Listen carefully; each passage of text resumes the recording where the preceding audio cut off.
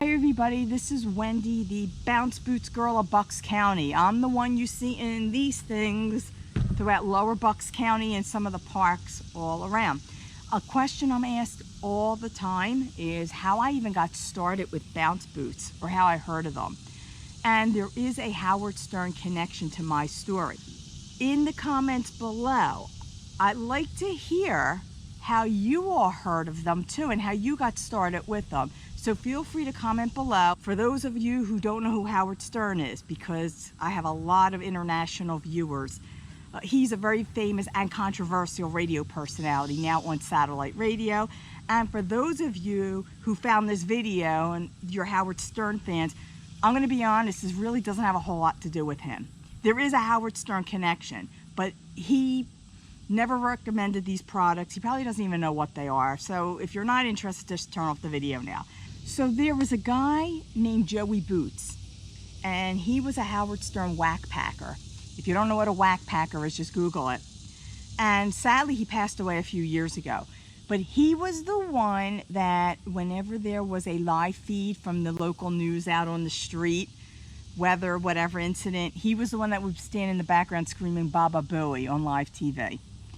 So he used to walk around New York City. He was one of the first vloggers out there pretty much, because he used to go with a flip phone back then and he would just film things throughout the city. And if you've been to New York City, you know there's a lot of interesting people. He would just film it and post it on, I think it was YouTube or wherever.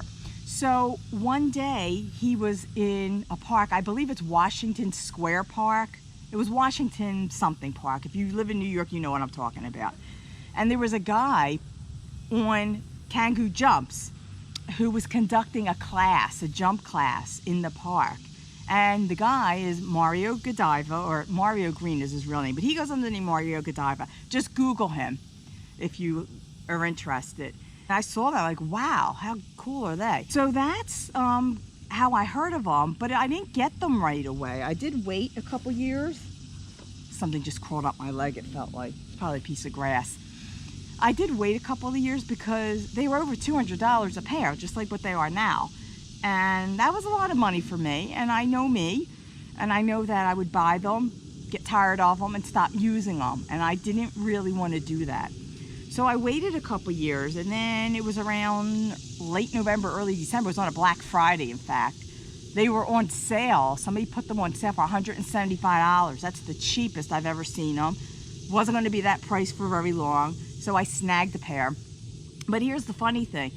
I got them, I remember it was like 2 weeks before I got them in the mail. I had the days counted down, and I put them on. I still have pictures from when I first put them on, but I live in a small carpeted apartment, and it was winter. It was too cold to use them. So as excited as I was to get them, except for the first day where I put them on to try and get used to them, I couldn't even use them until like April or May of the next year. So every now and then I would put them on, but I really didn't get much of a chance to use them. So that's how I got started with Rebound shoes.